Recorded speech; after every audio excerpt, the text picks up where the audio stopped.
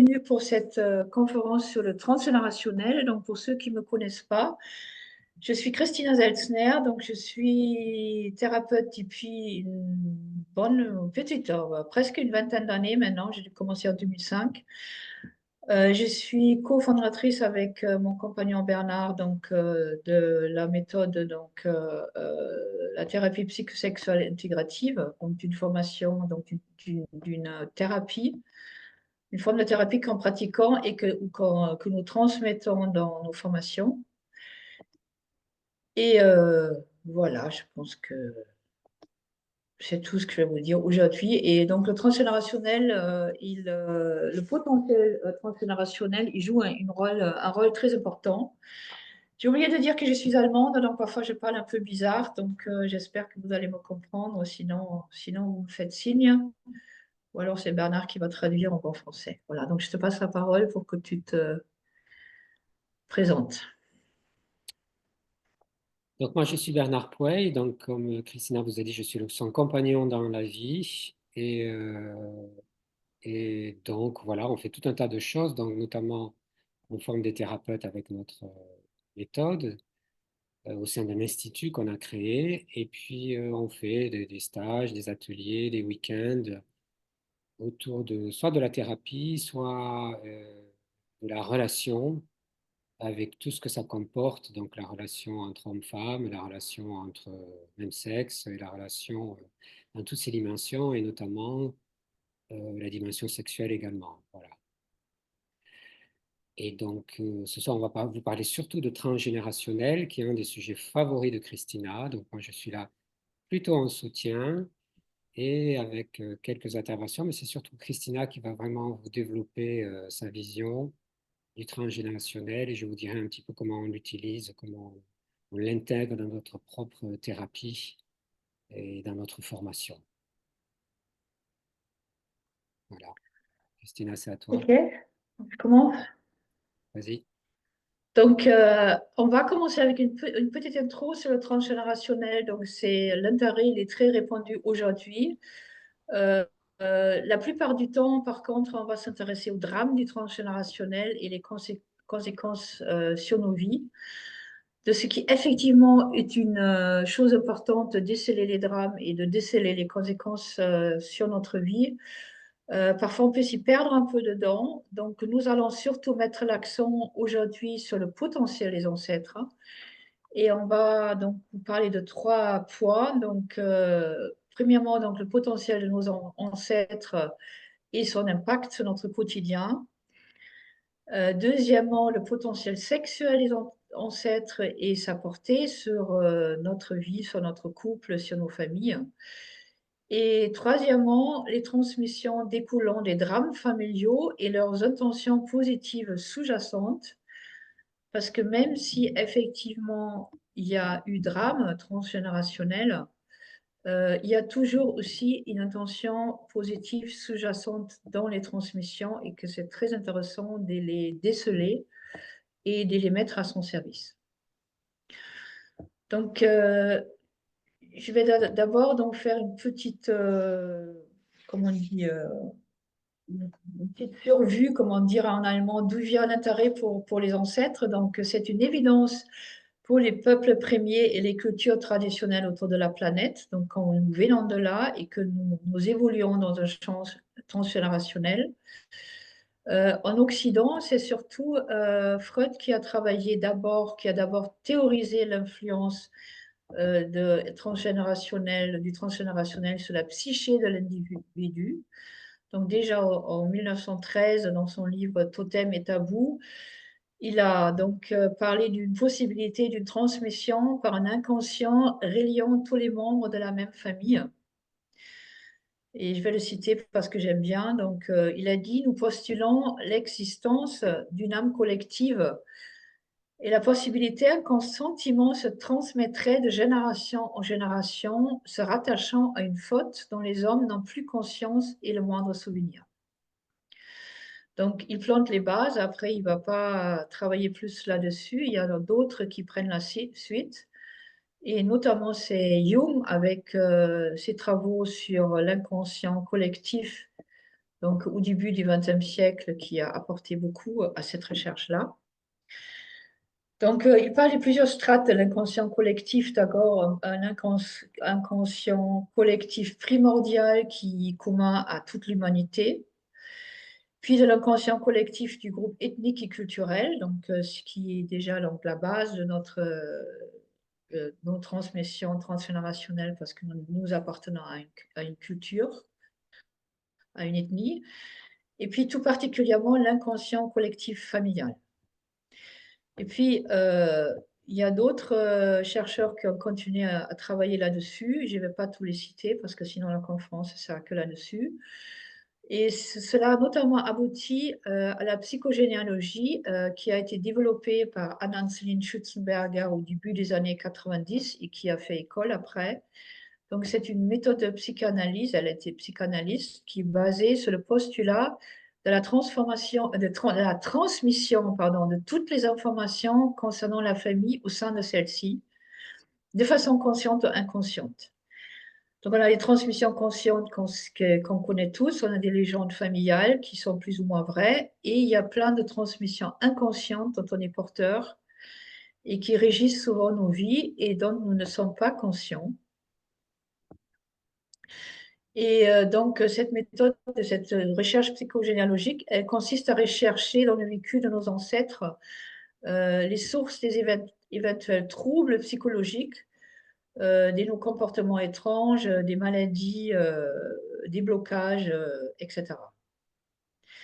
À partir de là, donc, il y a Bert Hellinger qui a travaillé sur les transmissions transgénérationnelles en groupe avec les constellations familiales que vous connaissez peut-être, donc ce qui consiste à mettre donc en situation un vécu transgénérationnel en choisissant des membres pour des représentants pour chaque membre de la famille, de les mettre en place et à partir de là aller dans la résolution des conflits sous-jacentes qui ont été transmis de génération en génération. Voilà, donc comme déjà dit, donc, toutes ces méthodes s'intéressent plutôt à la libération des transmissions invalidantes, ce qui est important. Par contre, nous vous proposons de nous concentrer sur la recherche donc directe du potentiel et de nous appuyer là-dessus parce que c'est quelque chose qui est très positif et porteur pour notre quotidien. Donc j'arrive au premier point, donc le potentiel des ancêtres et son impact sur notre quotidien.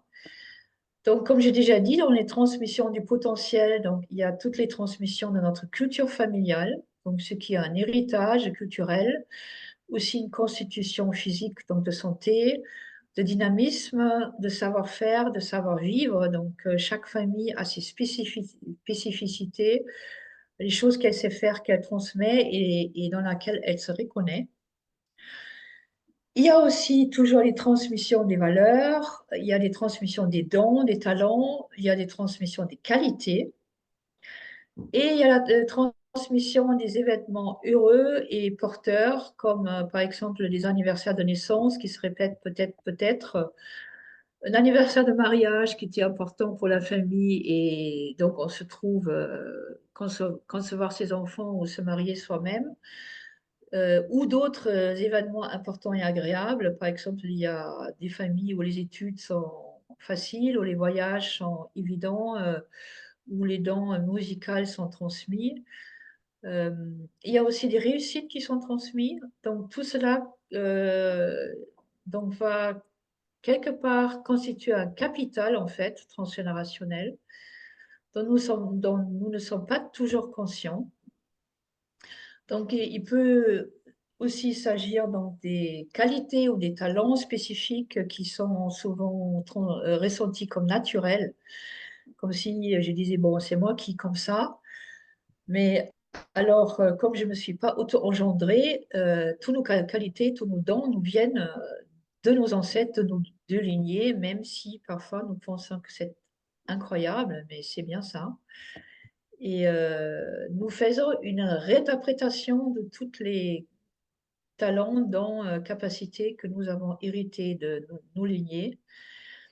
Et si on se connecte à ça, ça permet de multiplier quelque part la portée de cette qualité, de ce don, comme si elle avait une caisse de transmission, en fait, une caisse de résonance derrière, qui fait que ça s'inscrit quelque part et euh, voilà, donc ça devient vraiment quelque chose d'inné.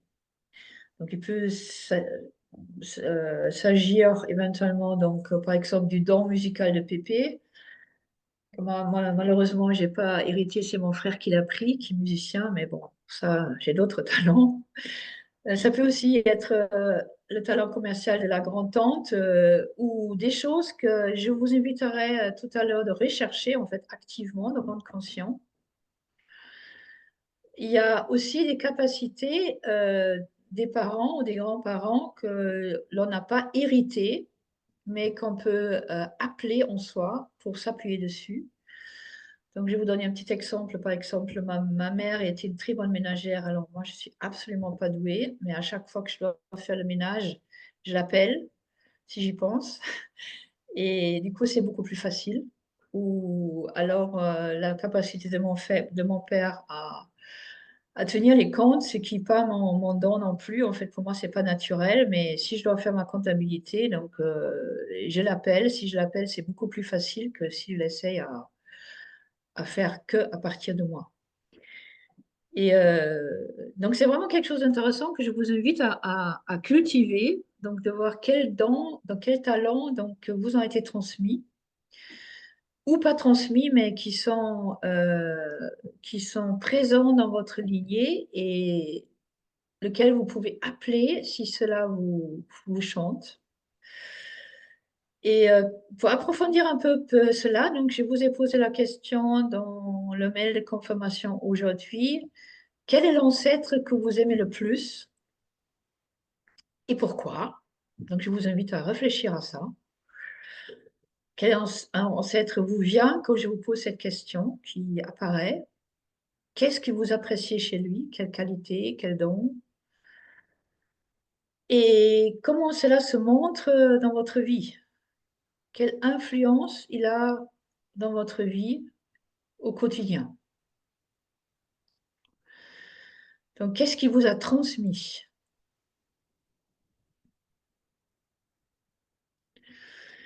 Et si ça vous parle, donc je vous inviterai à faire un petit échange en groupe, donc à témoigner de ça. Qui aura envie d'échanger là-dessus? Donc, sur le potentiel quel est votre ancêtre préféré et qu'est-ce qui vous a apporté?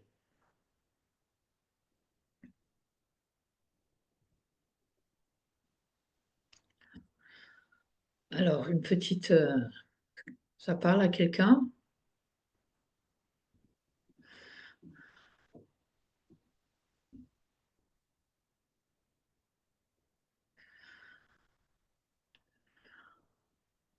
Donc, si vous avez envie de parler, donc vous allez juste ouvrir votre microphone, donc le réactiver et vous pouvez prendre la parole. Et je suis sûre que vous avez chacun quelqu'un, et si vous voulez, j'arrête l'enregistrement pour que ce soit plus facile de parler.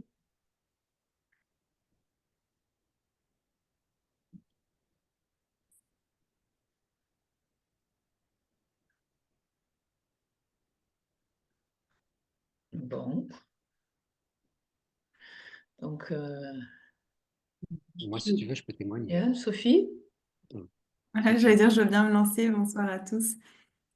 Moi, la première, enfin, voilà, celle qui vient, c'est ma grand-mère maternelle.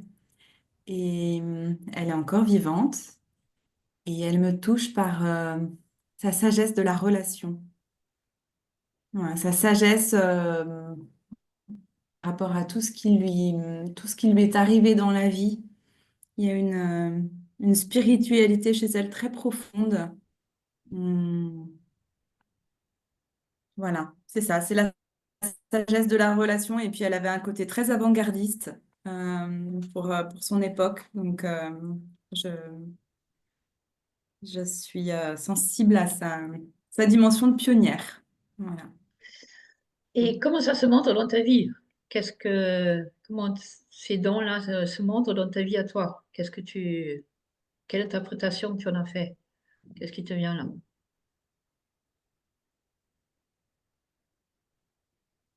Bah, je ne l'ai pas Sagesse conscientisé, mais je crois relationnelle. que c'est un souffle dans ces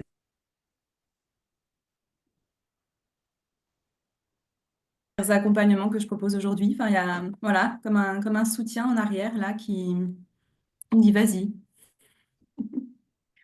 vas-y, ose. Ouais, quelque chose comme ça. Mm. Et du coup, Ok. c'est comment de le conscientiser? Comment? C'est comment de le conscientiser, du C'est coup? joyeux. Joyeux. OK. Ok, merci Sophie. Effectivement, c'est intéressant. Souvent, c'est pas conscient. En fait, on n'est pas conscient de ce qu'on utilise. Mais si vous allez on peut mettre l'attention là-dessus et chercher d'où vient tel don, telle envie, tel intérêt, telle passion. Les passions de vos vies, vous allez trouver que ça s'inscrit dans une logique transgénérationnelle.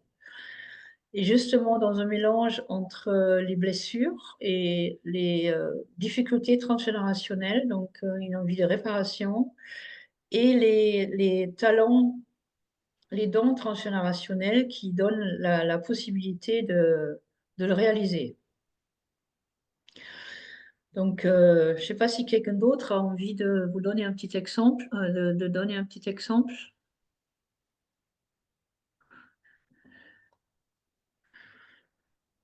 Bon, apparemment, vous êtes encore un peu timide, c'est pas grave. Donc, par exemple, moi, du coup, pour illustrer un peu plus, je vais vous parler de moi. Donc, d'un côté, je viens d'une famille d'entrepreneurs, et d'autre côté, je viens d'une famille, donc mon grand-père, de l'autre côté, il était enseignant. Et la sexualité était une question importante dans la famille, d'une famille catholique, et quelque chose, j'ai attrapé les trois. Et j'en ai fait quelque chose à ma façon, en m'appuyant et sur les difficultés et en m'appuyant sur les dons, sur les choses qui sont possibles, qui sont évidentes. Je ne sais pas si tu as envie éventuellement de dire aussi quelque chose, Bernard, ou pas, pour que ça devienne plus illustre. Moi, je peux donner un exemple beaucoup plus pragmatique. En fait, j'ai refait ma cuisine il n'y a pas longtemps. Enfin, j'ai fait refaire ma cuisine il n'y a pas longtemps. Et il y a eu tout un tas d'intervenants différents qui ont fait c'était en fait jamais droit, jamais ajusté, je dirais. Et c'est moi qui leur disais à l'œil que c'était pas droit ou que c'était pas aligné, en fait. Et j'étais surpris parce qu'il y a eu vraiment beaucoup d'intervenants différents, carreleurs, plombiers, maçons, enfin, etc., etc. Et tous faisaient des choses tordues, pas droites. Ils avaient l'aide de maîtres, de laser, enfin, ils avaient tout ce qu'il fallait, mais c'était toujours tordu. Et moi, à chaque fois, je leur disais, ils ne me croyaient pas. Et puis quand ils vérifiaient, effectivement, ils savaient que c'était pas droit. Et en fait, mes deux grands-pères étaient ajusteurs et j'ai vraiment fait le lien avec ça. Et je me suis dit que vraiment, cette précision que j'ai sans m'en rendre compte et cette qualité que j'ai de voir clairement si c'est aligné, si c'est droit, etc., me venait d'eux, en fait. Voilà, et donc c'était très agréable et en l'occurrence très utile pour pouvoir obtenir à peu près ce que je souhaitais avoir. Pas tout à fait, parce que c'est resté un petit peu tordu, mais moins qu'au début. Voilà. Voilà, donc nous vous invitons de chercher aussi, de chercher d'où vient votre potentiel, de qui ça vient et comment les dons de vos ancêtres, comment vous les utilisez dans votre vie aujourd'hui. Donc c'est une façon vraiment de se sentir moins seul, de se sentir plus soutenu et oui, d'avoir de l'ancrage, que de vraiment pouvoir mettre ce potentiel qui est très riche à votre service. Et je peux rajouter que le potentiel, parfois, frise le don, en fait. Souvent, c'est non seulement un potentiel, mais ça peut devenir un don dont on a conscience ou dont on n'a pas conscience et qu'on découvre plus ou moins tard dans sa vie, en fait. Donc, ça vaut vraiment la peine de s'interroger, d'être curieux, parce que si on y met de la conscience, parfois, ou parfois aussi par hasard, on trouve des perles dans notre potentiel personnel qui vient de plus loin et qu'on peut ensuite utiliser à bon escient, en fait. Voilà, tu peux continuer, Christine. Ok. Est-ce que tu Est-ce que vous avez des questions par rapport à ça ou... Bonjour. Oui, j'ai une question. Oui. Moi, j'arrive pas à trouver justement de personnes comme ça. J'ai eu des grands-parents avec qui ça se passait très bien, mais j'arrive pas à rattacher une personne de ma famille avec qui je peux rattacher les dons ou les capacités que j'ai aujourd'hui. Qu'est-ce que vous avez bien aimé chez vos grands-parents? C'était Qu'est-ce la qui se douceur passe? de vivre. Une sorte, pardon, de La douceur de vivre. la douceur de vivre. Est-ce que c'est quelque chose qui vous accompagne aujourd'hui ou une recherche de douceur de vivre, quelque chose qui vous inspire? Oui, si, effectivement. D'accord, oui, c'est peut-être juste ça en fait. Ouais. Oui, donc ça là, c'est juste ça. Après, on peut creuser plus, mais pour ça qu'il faudrait effectivement être plutôt, enfin, aller plus en profondeur, donc ce qui s'est passé avec les uns les autres, donc aller chercher plus dans l'histoire de vos ancêtres. Mais déjà ça, donc ça s'est passé bien, donc il y a une douceur et certainement une rondeur relationnelle qui vous a certainement marqué et que même si je ne vous connais pas du tout, je pense que vous allez certainement chercher dans vos relations et ou essayer à mettre en place dans vos relations. Oui, c'est vrai. Merci, oui. Écoutez, avec plaisir.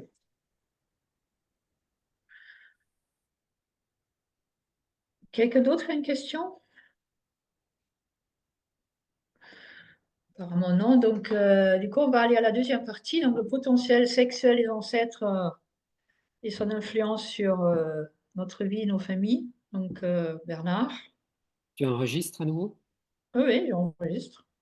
Je croyais que tu avais arrêté. Tu n'avais pas arrêté finalement? Attends. Non, non, j'enregistre. Ok. Alors, qui dit potentiel dit tout particulièrement le potentiel sexuel de nos ancêtres.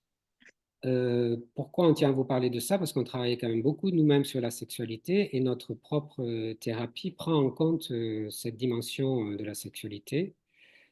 Moi-même, je suis psychanalyste et donc je me réfère à Freud qui a défini comme quoi le psychisme humain se construisait sur le développement psychosexuel. Donc les deux sont liés, psychisme et sexuel. Ces deux dimensions sont intimement liées et font de nous des êtres humains qui sont différents des animaux. Et donc ça se traduit également dans le transgénérationnel puisque nous venons nous-mêmes d'un acte sexuel euh, pour nous créer, nous fabriquer, nous donner la vie, ce qui est quelque chose en soi de magique, un peu mystérieux. Nos deux parents ont a priori fait l'amour et, et donc en étant nous-mêmes le produit d'un acte sexuel, on hérite de tout ce potentiel qu'ils ont en eux-mêmes, potentiel de chacun des deux, de notre père, de notre mère, et bien sûr de toute leur lignée derrière. Parce que si on prend un peu le temps de s'imaginer, finalement, tous les ancêtres, jusqu'à la nuit des temps, ont fait l'amour pour mettre au monde leurs enfants, qui eux-mêmes ont fait l'amour pour mettre au monde d'autres enfants, ce qui a donné au final nous-mêmes, qui sont donc le résultat de je ne sais combien d'actes sexuels qui se cristallisent en nous, en fait. Et donc, à travers cette cristallisation, il y a vraiment le potentiel, tout particulièrement sexuel, qu'on a en nous. Et quand je dis sexuel, c'est au sens large. Donc, ce n'est pas simplement l'idée de procréation, mais c'est aussi l'idée qu'il y a autour du sexuel, c'est-à-dire l'idée de plaisir et l'idée de création. Donc, la manière dont notre lignée ou nos lignées se sont positionnés ou ont vécu le plaisir et la manière dont ils ont créé tout au long des générations, cela nous est transmis et nous donne capacité nous-mêmes à accéder au plaisir et à accéder à cette capacité de créer dans tous les domaines. Et ça peut être des domaines qui nous sont propres ou des domaines qui sont plus grands que nous. par exemple, la création des cathédrales, c'est carrément un projet commun, mais vraiment une création de tout un groupe d'individus, mais ça peut être aussi la réalisation de ce que les chamans disent notre rêve sacré, dans lequel on va mettre notre énergie et le sens qu'on a d'être sur cette terre avec une envie, un élan pour laisser une trace et créer quelque chose. Donc, tout ça, quelque part, ça nous vient et ça nous est transmis de la capacité sexuelle, du potentiel sexuel de nos ancêtres. Donc, ce n'est pas forcément évident à savoir, on ne s'interroge pas là-dessus, mais pour nous qui travaillons avec cette énergie-là, l'énergie sexuelle, qui est pour nous l'énergie de vie, c'est vraiment un élément fondamental de prise de conscience et aussi, on le verra après, de travail en thérapie. Bien évidemment, cette énergie ou ce potentiel sexuel, il se caractérise par la procréation. Et donc, c'est quelque part l'endroit rêvé où s'exprime cette énergie, ce potentiel. Et quand on a un projet d'enfant, c'est a priori bon de s'y connecter et d'avoir conscience que non seulement on crée un enfant au sein de notre couple, mais aussi en lien avec tous ces ancêtres qui ont créé avant nous et dont on est le descendant, en fait. Et je dirais c'est encore plus important de s'y connecter, justement quand c'est difficile, quand on a du mal à avoir un enfant, parce qu'il y a vraiment un potentiel qu'on peut utiliser si on sait travailler avec et qui peut nous permettre de débloquer beaucoup de situations à caractère psychologique par tout ce que le transgénérationnel transporte d'interdits ou de difficultés qu'on peut dépasser en prenant conscience et en allant plutôt chercher euh, les éléments positifs de cette transmission.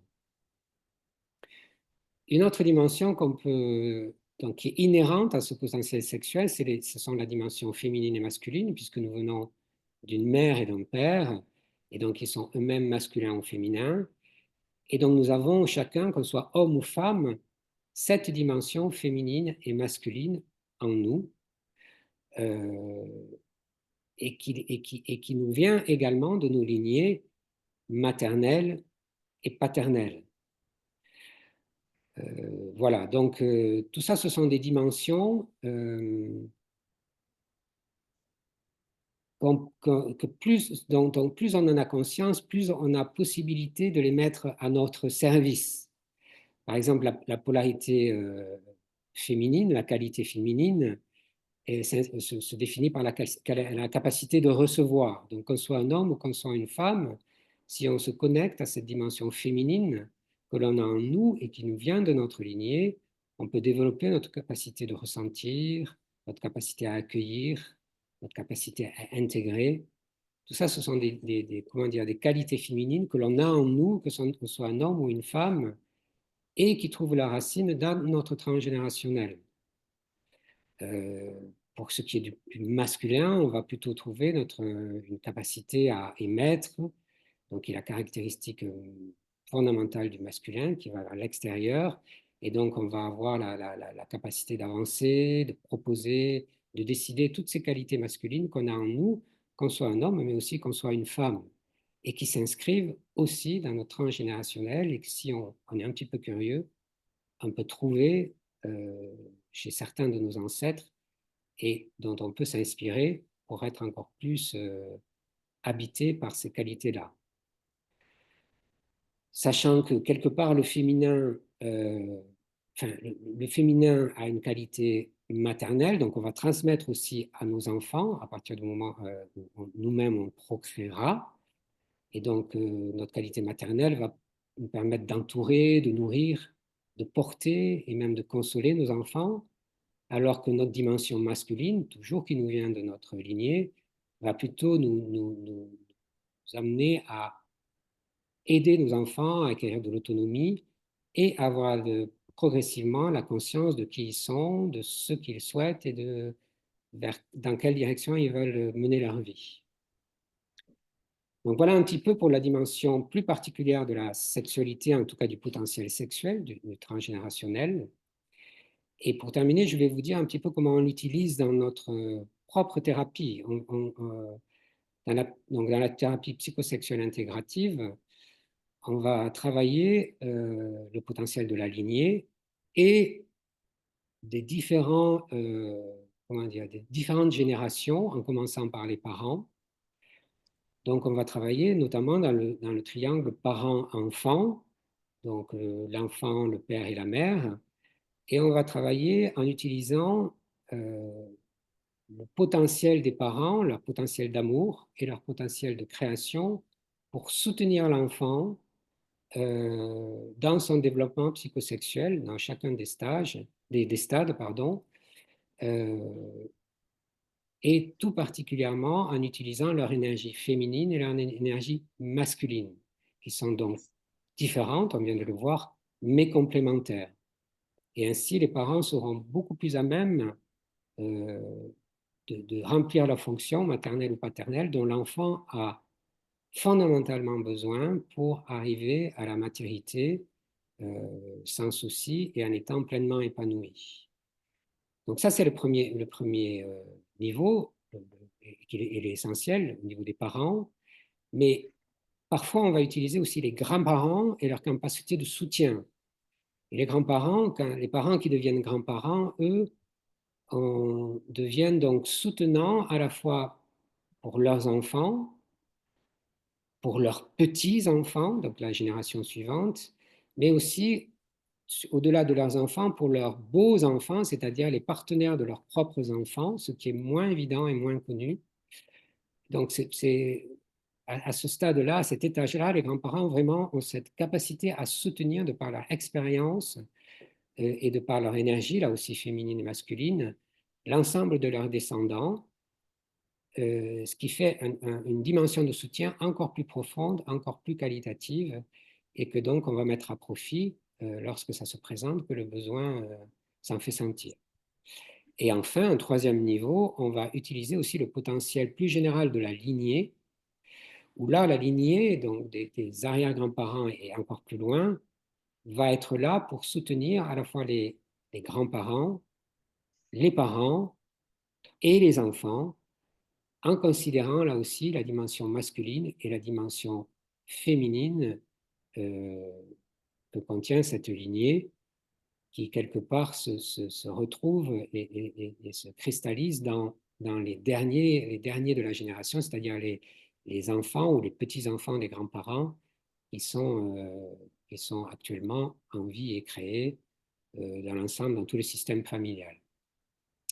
Voilà, et pour que ça soit peut-être un peu plus clair ou un petit peu plus pragmatique, Christina va vous faire une méditation guidée, je pense, autour de cette idée du potentiel sexuel de la lignée.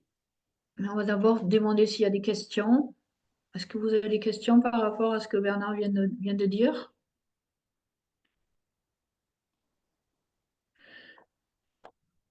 Bon, apparemment, non. Donc, et justement que ce potentiel sexuel, c'est aussi le potentiel effectivement du plaisir partagé.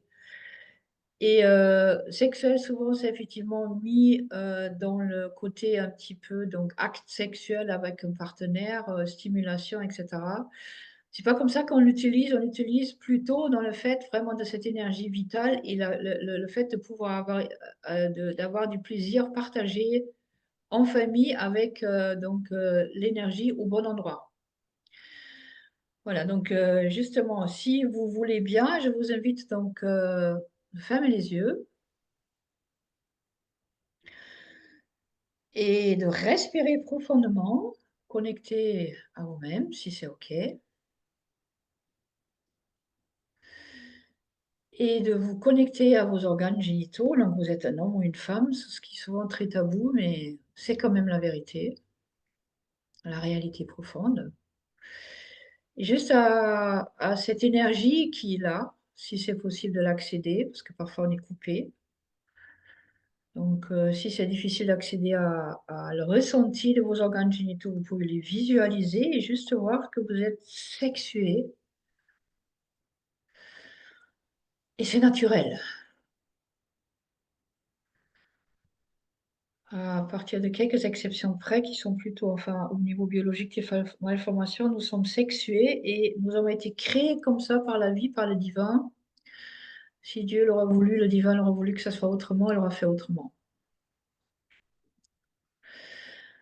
Et de sentir comment c'est, et qu'à partir de là, de vous connecter à vos sources sexuelles, comme on dit, à votre mère et à votre père,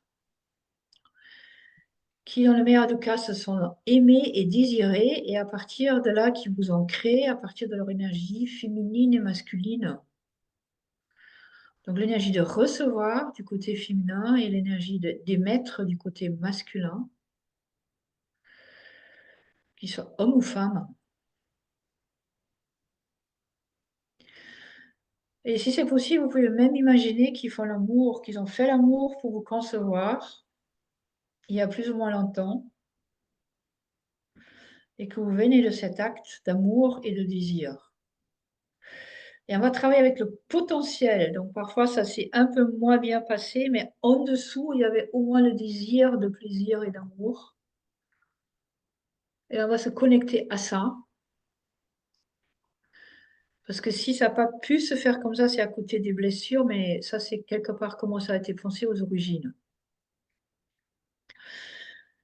Et vous pouvez aller au-delà et imaginer vos grands-parents maternels et paternels qui ont aussi fait l'amour, concevoir vos parents, et qui sont dans une connexion entre cœur et sexe et esprit, dans une relation.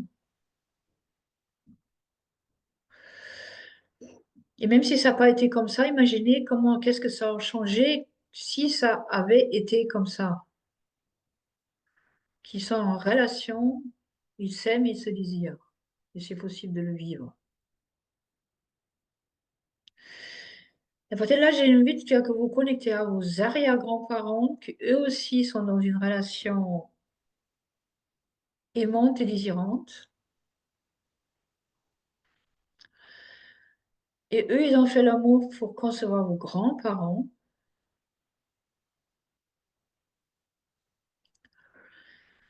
Et imaginez comment c'est, comme ça soit été possible qu'ils soient dans cet échange d'amour et de désir et que ça puisse circuler librement. La base des existences de vos grands-parents et arrière-grands-parents, et on va alimenter encore un étage plus loin, vos arrière-grands-parents, les grands-parents de vos parents. Donc là, il y en a 8 couples aussi qui sont en lien. Ils se désirent, ils s'aiment. Au moins, ils sont à la recherche de ça. Parce que tout être humain a ce désir profond en lui, la référence. Ils sont dans cet échange et qu'est-ce que ça change? Et cette énergie circule entre eux. Vous pouvez aller encore plus loin jusqu'au commencement des temps. Il y a des couples et des couples et des couples et des couples au-delà, en fait. Ça se perd dans le commencement des temps. Et depuis toujours, il y a eu cette recherche et ce désir de plaisir et de désir sexuel et d'union à partir de là. Parce que nous venons de là et que si ça se passe en harmonie, c'est comme si on était à l'Éden. On est dans le paradis. Et puis, vous pouvez sentir tous ces ancêtres, tous ces hommes et toutes ces femmes se tourner vers vous, les visualiser. Il y en a beaucoup.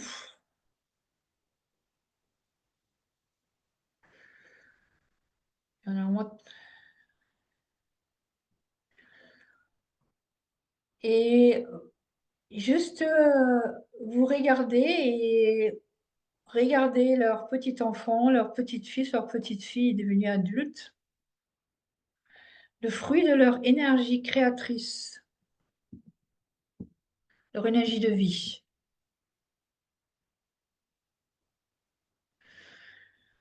Et juste, vous pouvez sentir tout ce que ces ancêtres, ils ont accompli et traversé, la foi qu'ils avaient, la persévérance, le potentiel qu'ils ont mis en place pour que vous puissiez exister aujourd'hui continuer leur lignée et faire quelque chose de tous ces dons, de tous ces talents, de tout cet héritage que vous avez reçu. Et justement, ils vous soutiennent à partir de leur potentiel sexuel féminin et masculin, donc la capacité de recevoir, la capacité d'émettre et d'agir.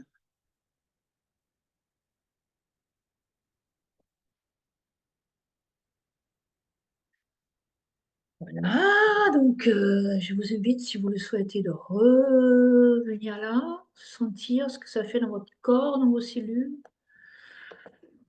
dans votre corps, dans votre cœur et dans vos organes génitaux. Peut-être le ou la descendante de cette lignée-là.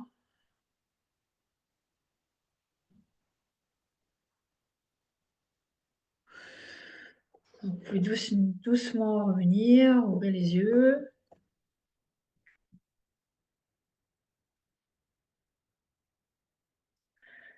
Et si vous le souhaitez, faire un petit feedback. Est-ce que ça vous parle? Est-ce que ça ne vous parle pas? C'est comment d'être connecté à ce potentiel de création dans le plaisir, à travers les générations.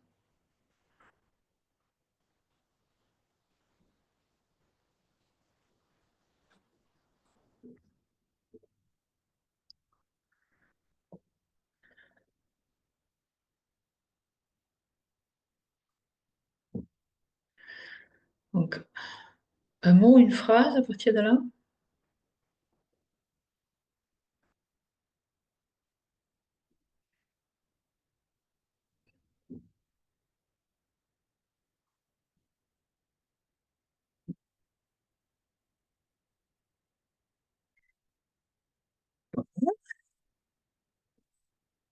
Donc, je ne sais pas comment c'était pour vous. Moi, c'est quelque chose qui m'emplit, en fait, qui me donne plus d'ancrage et d'ampleur en moi, en fait,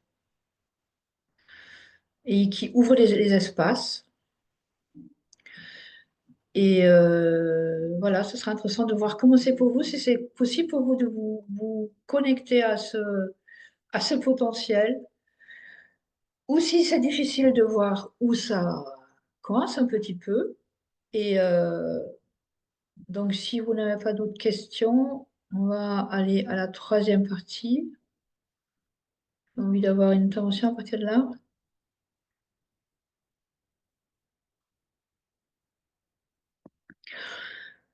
Ok, donc du coup, on va aller à la troisième partie, donc qui est les transmissions suite aux drames familiaux. Et on va aller à la recherche de leurs intentions positives sous-jacentes. Et donc, je vais donc vous dire un petit peu comment ça fonctionne au niveau transgénérationnel. Donc, qu'est-ce qui se passe, pourquoi, comment les drames se transmettent et pourquoi. Donc, il y a des loyautés invisibles, donc déjà par rapport à la place, parce qu'à la base, donc, le système familial il est régi par la loi de donner et de recevoir. Et au niveau bidirectionnel, donc au niveau horizontal, c'est à peu près donc, équilibré. Donc on donne autant qu'on reçoit, on donne un peu plus ce qu'on reçoit, ça permet de créer donc, la relation d'amour. Si à chaque fois on donne un peu plus qu'on reçoit, ça nourrit la relation. Mais il faut au moins que ça soit équilibré, sinon il y a des dettes qui vont se créer et ces dettes ils vont avoir donc une conséquence sur le système familial. Euh, Comme au niveau, donc si elle a par exemple la petite sœur qui profite toujours et que les grands ils font tout pour elle, donc il y a quelque chose qui va se transmettre au niveau familial et souvent après on va avoir des conflits dans la fratrie qui se transmettent de génération en génération. Et il y a donc justement la loi de donner et recevoir au niveau vertical entre les générations. Donc, ça se passe de haut en bas. Donc, les générations d'avant donnent aux descendants. Donc, les parents donnent aux enfants, les grands-parents donnent aux parents et aux grands-enfants. Ils vont avoir un retour par l'amour. Mais quelque part, ce qu'on a reçu en tant qu'enfant, on va plutôt le donner à ses enfants et on ne va pas le rendre à ses parents si que donc du coup la loi s'inverse, donc c'est nos parents qui deviennent nos enfants, ça crée des déséquilibres et des dettes, donc du déséquilibre dans le système familial aussi. Et donc Anna-Soline Schützenberger, elle a dit que donc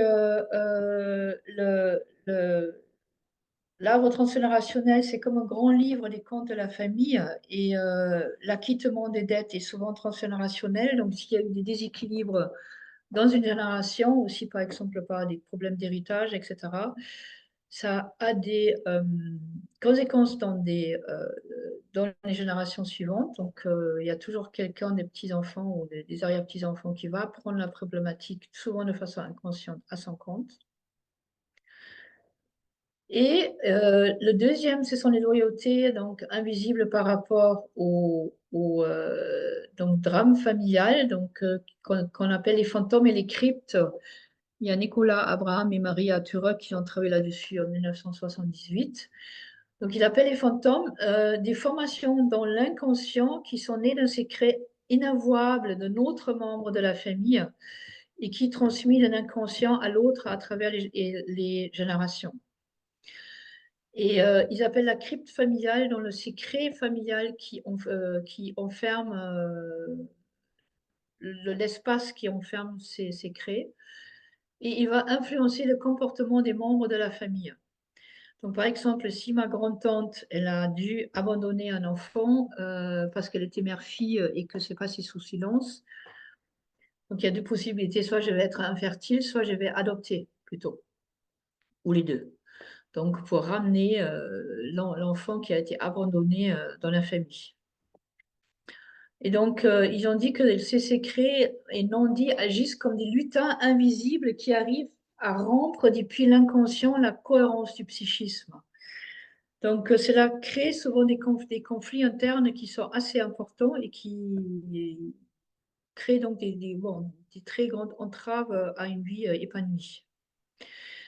Donc, il y a quelques symptômes fréquents à partir de là, ce qu'on appelle le syndrome anniversaire. Donc, il y a la répétition d'un événement familial passé, qui est généralement traumatique, parfois connu et oublié, parfois inconnu, donc devenu inconscient, et qui fragilise les descendants à certaines périodes ou à certains âges. Un exemple, c'est par exemple les hommes qui meurent tôt. Il y a des lignées où les hommes meurent dans la quarantaine, par exemple. Ou alors, il y a donc le premier enfant ne peut pas naître, soit c'est un mort-né, soit il va être avorté, soit c'est une fausse couche.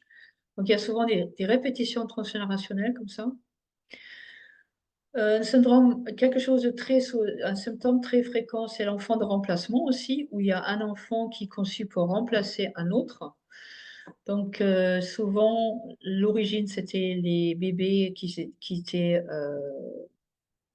ont décédé en bas âge dans les générations précédentes. Ça peut aussi être un bébé qui est déjà en route quand l'autre meurt. Ça peut même être des jumeaux qu'on avait dans son ventre et qui est parti au premier trimestre de sa propre gestation. Ou un avortement, une fausse couche. Donc, si le deuil n'est pas fait, souvent il y a un descendant qui va essayer de remplacer celui-là, et ce qui est mission impossible. Et puis, très fréquent est aussi le syndrome des gisants, c'est-à-dire qu'il y a un des descendants, donc une personne vivante, qui va être dépositaire d'une mémoire transgénérationnelle sans le savoir. Et donc, elle porte comme un fantôme à l'intérieur de son psychisme. Et c'est souvent justement un membre de la famille qui meurt de façon injustifiée ou injustifiable. Voilà, et donc à partir de là, il s'agit de chercher. Et la grande question, c'est mais pourquoi le système familial perpétue le malheur? Donc pourquoi les drames se répètent à travers les générations? Et ben, il y a donc Bluma Tsaigamik, elle s'appelle, qui a trouvé en 1927 une réponse. Et donc, elle a parlé des tâches familiales inachevées. Donc, c'est comme si on avait besoin, donc l'importance des tâches inachevées, des tâches, de terminer une tâche. Donc, c'est quelque chose que vous connaissez si vous voulez, je ne sais pas, faire un gâteau ou finir un tricot ou finir un bricolage, et ça reste inachevé pendant longtemps, ça va vous hanter. Il y a de l'énergie qui est prise là-dessus. Et donc, quelque part, pour que le psychisme soit équilibré, on a besoin de donner une bonne forme et de terminer les choses entreprises. Et la même loi s'applique donc aux histoires familiales. Donc, les tâches inachevées ou interrompues, ils empêchent l'aboutissement des sentiments et donc l'intégration de ce qui s'est passé. Et donc, les décès, les accidents, les licenciements, les maladies, les divorces, etc., tous les deuils qui ne sont pas faits, ils empêchent l'achèvement final du travail de mise en mémoire. Donc, pour pouvoir intégrer quelque chose, on a besoin de pouvoir y donner un sens. Ici, le sens n'est pas donné, donc c'est quelque chose qui travaille dans l'inconscient et qui va tourner en boucle en dessous. Et donc, le système va répéter l'événement pour enfin terminer le deuil ou enfin lui donner une plus belle forme. Voilà, et donc à partir de là, le système familial il a plusieurs stratégies. Donc, une des stratégies peut être la répétition. Donc, finalement, avec l'avancement de la médecine, donc aujourd'hui, le premier enfant il va être sauvé. Donc, il y a une autre fin à cette malédiction, par exemple. Au niveau des paiements des dettes transgénérationnelles, donc on va essayer de payer les dettes de nos ancêtres. Et donc, par exemple, si un de nos ancêtres il a pris trop, donc et nous on a payé sa dette, donc nous on va jamais avoir assez pour équilibrer. Et il y a aussi des mises en garde, en fait. Ce sont des croyances qui découlent de ces drames familiaux transgénérationnels. Et ces croyances sont toujours là, non pas pour entraver, mais pour mettre les descendants en sécurité. Bon, ça, c'est quelque chose de très important à comprendre si on veut s'en défaire. Donc, je vais vous réciter l'exemple de la grande-tante donc, qui a désiré à 17 ans, qui tombait enceinte. Donc, son cavalier, donc, il est parti et qui était enceinte et donc, du coup, exclue de la famille. Elle a dû mettre son enfant à la DAS et elle était malheureuse toute sa vie. Et donc, de là va découler une croyance, attention, surtout, ne suis pas ton désir pour donc, toute la transcendance féminine. Et on ne va pas savoir pourquoi, mais on va avoir peur d'aller donc suivre son désir et donc aller rencontrer un homme. On ne sait pas pourquoi, mais comme la sécurité est plus importante que tout, donc pour le système donc nerveux et archaïque, donc ça donne souvent donc des femmes, mais ils ont du mal à avoir du plaisir, tout simplement à se permettre d'avoir du plaisir. Et donc pour sortir de ça, donc ce que nous proposons dans notre travail au niveau transgénérationnel pour transformer le drame en ressources.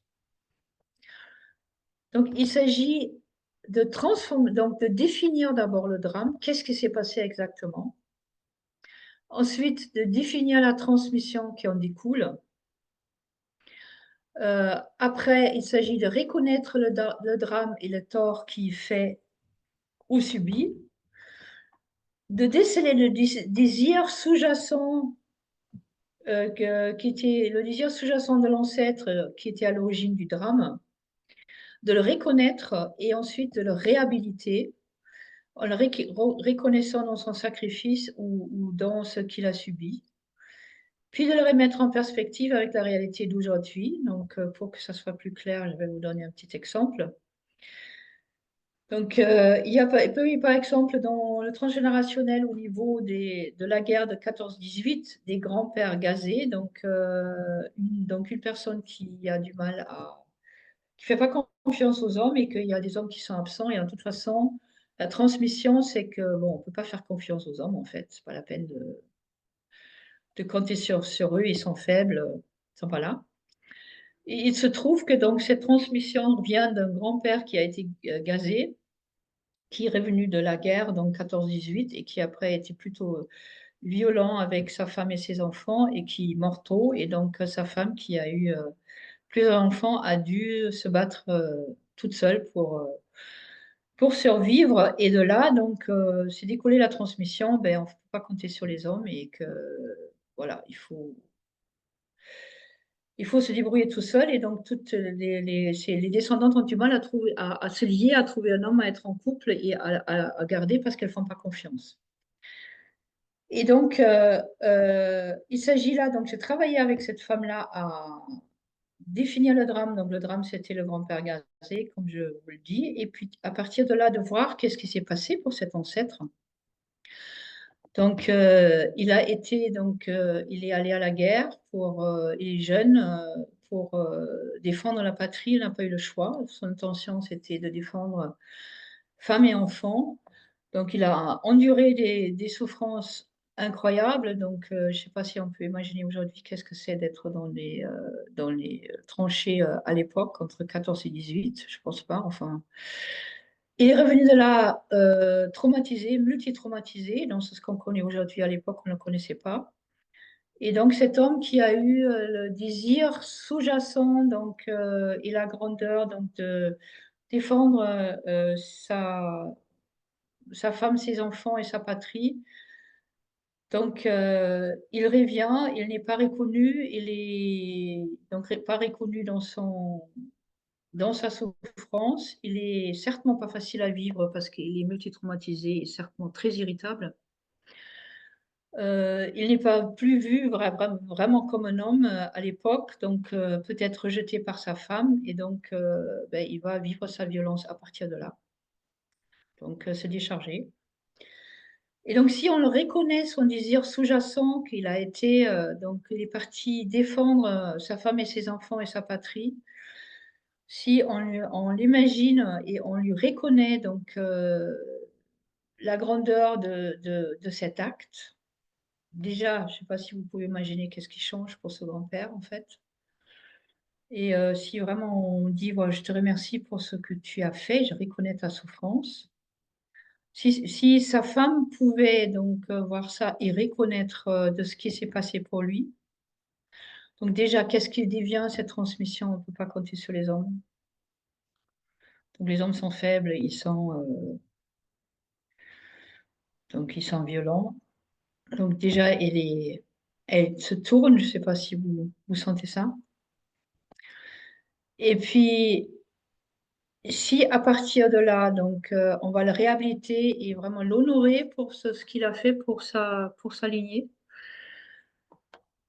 Et tout en nommant effectivement que c'était difficile pour sa femme et ses enfants une fois qu'il est revenu, et que donc l'ancêtre va pouvoir reconnaître aussi que le fait comment il a agi après, c'était pas juste, c'était dicté par sa propre souffrance. Donc il y a comme s'il y a l'amour qui peut circuler de nouveau. Et donc, en tant que descendant, après, c'est possible enfin, on est évité de remettre en perspective avec la réalité d'aujourd'hui. Donc, si je vois ce grand-père qui allait à la guerre, qui est venu traumatisé et immunisé, et qui garde toute sa valeur d'homme, et si je reconnais son sacrifice et je regarde ça, ma vision d'aujourd'hui, et la façon dont je vois les hommes, en fait, et que peut-être j'ai du mal à reconnaître ce qu'ils font, déjà, ça va pouvoir équilibrer un peu. Et si je me connecte à ce désir donc, de mon grand-père qui était là pour en dévotion, en principe, à sa femme et sa famille, au féminin, donc ce qui est à la base la vocation profonde de l'homme, et je peux me connecter à ce désir profond, et que je vais regarder les hommes à partir de là, qu'ils ont tous quelque part ce désir profond d'être en dévotion au féminin, donc au service à la vie, au vivant. Donc, ma vision sur les hommes va changer, et les hommes que je vais rencontrer vont être différents. Donc voilà, c'est une petite exemple comme ça que je vous ai donné. Je ne sais pas si vous parle. Si vous avez des questions à partir de là, je veux bien vous répondre là-dessus.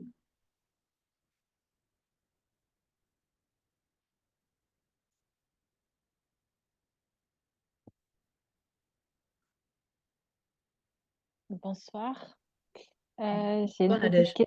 j'ai une question, Christina, c'est que du coup, ce chemin-là, il est fait quand il n'y a pas d'infos sur l'histoire. C'est là où, du coup, c'est l'interaction avec les constellations, ou comment on va chercher euh, ce passé? Ouais, c'est quelque chose qui peut se faire de façon déjà, si on a des infos, effectivement, souvent on a des infos qui sont transformées en fait. Euh, on peut commencer avec les infos qu'on a et travailler à partir de façon intuitive. Donc, soit dans les constellations, soit ça peut aussi se faire en séance avec un coussin ou tout simplement en questionnant, en se mettant à la place de cet ancêtre et en voir ce qui vient parce qu'on a la mémoire, on l'a. Donc, elle est transmise de façon inconsciente. Et souvent, en questionnant et en se mettant à la place d'eux, il y a des infos qui viennent. Et il y a des choses qui s'ouvrent qui n'étaient pas imaginables avant. Donc, c'est vraiment un travail oui, d'enfant. C'est plus facile de le faire avec quelqu'un, effectivement, qui est souvent surprenant et qui permet vraiment à transformer les drames familiales, en fait. Ça répond à ta question? Et je vais bien rajouter quelque chose. Donc, effectivement, on peut le faire seul, enfin seul ou avec un thérapeute en creusant, mais un des outils fabuleux pour ça, ce sont quand même, tu l'as nommé, les constellations familiales, en fait. Où là, le fait qu'il y a des personnes qui prennent, qui représentent des ancêtres, ils vont avoir accès à des informations inconscientes qu'on n'a pas auxquelles on n'a pas forcément accès tout seul, en fait, auxquelles il est difficile d'accéder. Donc le fait de travailler en groupe au travers de constellations, qu'elles sont bien menées, permet quand même d'aller chercher ces informations qu'on ne connaît pas a priori. Et ça finit? Oui. Et donc, j'ai bien envie de vous donner aussi un exemple par rapport donc, cette arrière-grand-tante ou grand-tante qui a été chimère. Et à partir de là, donc, que le plaisir sexuel, quelque part, s'est fermé pour les femmes de la lignée. Si on revient à son désir sous-jacent qu'elle avait à l'origine, donc qu'elle a désiré, elle avait du plaisir avec cet homme-là et à cette énergie, en fait, qui était innocente dans laquelle elle est allée dans cet acte sexuel et qui était formidable. Et à partir de là, donc, il a eu une enfance qui est un miracle de la vie, qui n'était pas possible d'être accueilli dans le contexte sociétal de l'époque, mais qu'on revient à l'énergie originelle, donc ce désir, ce plaisir et ce miracle qu'il a, et on va reconnaître ça, donc reconnaître son innocence. Et,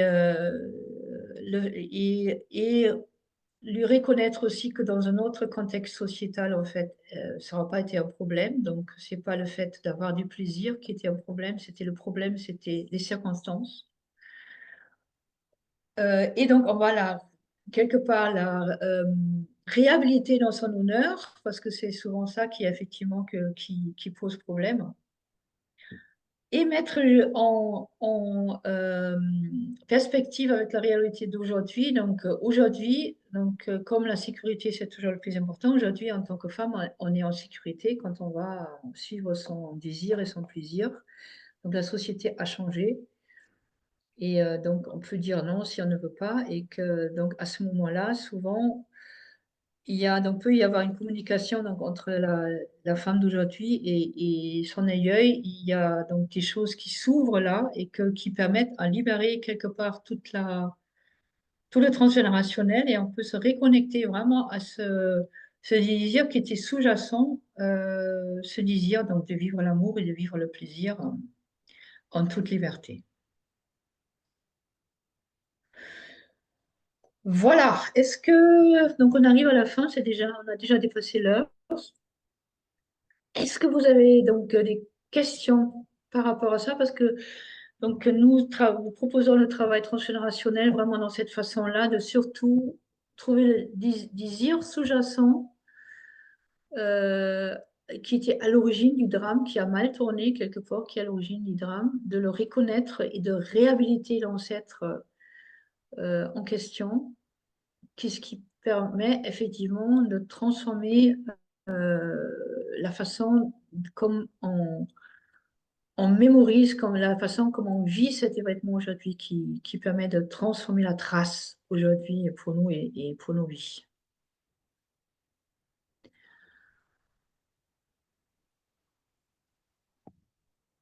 Voilà, je pense que tu as envie de faire une petite conclusion, Bernard? C'est moi qui vais la faire. Vas-y. Je suis lancée. Donc voilà, donc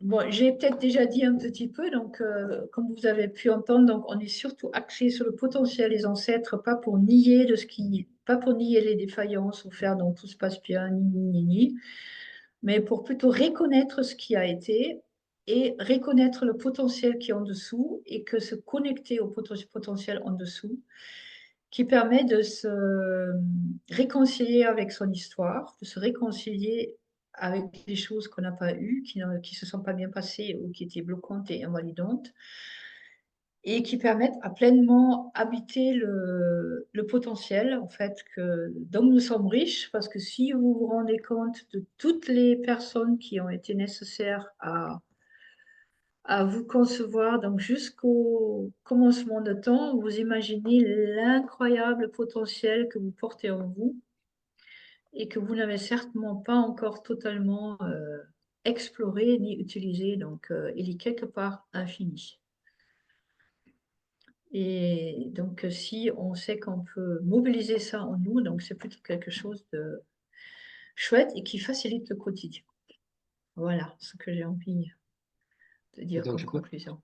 je peux rajouter que cette période, juste avant les fêtes de Noël, c'est l'occasion, là, de peut-être pour beaucoup, ou pour certains en tout cas, c'est parfois difficile de retrouver la famille et tous les jeux qui se jouent et tout ce qu'on n'a pas résolu dans le cercle familial. Donc, ça peut être l'occasion de regarder autrement et au lieu d'aborder les problèmes récurrents tels qu'ils se répètent tous les ans de Noël en Noël, peut-être essayer de changer son regard et de regarder à partir du potentiel dans chacun des personnages de la famille et voir si on arrive à détecter leur potentiel et à détecter ce qu'on a nous-mêmes capté de ce potentiel et ce qu'on en a fait.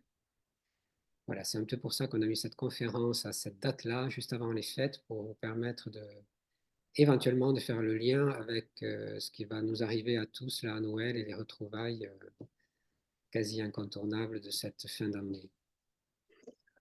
Oui, et j'ai encore envie de soutenir justement le fait que si si on comprend que tous les conflits naissent parce que les personnes ne se sont pas assez reconnues ou aimées, donc tous les conflits tournent autour de ça. Là-bas, c'est très facile de mettre un peu d'amour et de reconnaissance dans nos relations et ça se passe beaucoup et merveilleusement meilleur souvent. Donc souvent c'est très étonnant qu'on a du coup on a accès au potentiel et aux qualités même des membres qu'avant on avait du mal à supporter. Voilà, les membres de la famille. Voilà. Ok, donc la conférence elle touche à sa fin. Donc dans quelques phrases, donc Bernard et moi nous proposons différentes choses. Donc avant tout donc une formation qui peut être soit au niveau personnel, donc un chemin de transformation personnelle très profond, donc qui part du transgénérationnel et qui va ensuite retracer toutes les étapes de notre vie, de notre conception jusqu'à notre mort, et qui amène, pour ceux qui le souhaitent, donc à une certification en tant que psychopraticien, parce qu'on va donc aussi apprendre les méthodes et les outils pour accompagner ensuite les personnes à travers toutes ces étapes et avec l'accent vraiment sur l'énergie qu'on appelle l'énergie psychosexuelle, donc cette énergie de vie, de désir et de création qui nous habite et qui fait que nous grandissons et que nous continuons et que la vie continue des commencements de temps jusqu'à la fin des temps. Donc, n'hésitez pas de nous contacter si vous avez envie. Donc, on a un week-end d'introduction le 1er et 2 février. une journée donc sur le travail avec l'enfant intérieur le 2 mars. Et bon, sinon, on vous tient informé sur nos différentes propositions. Je ne sais pas si tu as envie d'ajouter quelque chose, Bernard. Non, tout va bien. Voilà. On fait aussi des soirées tantra et des stages tantra et un stage sur la relation au père cet été. Donc, vous pouvez regarder sur notre site. Voilà, donc merci pour votre écoute. Si vous avez un retour, nous sommes toujours intéressés par cela. Et sinon, ben, au plaisir. Et nous vous souhaitons que vous en faites quelque chose.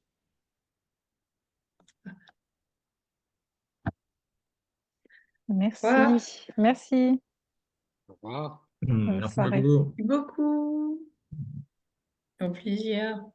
Mhm. Bonne soirée, bonne fête. Merci. Oui, merci.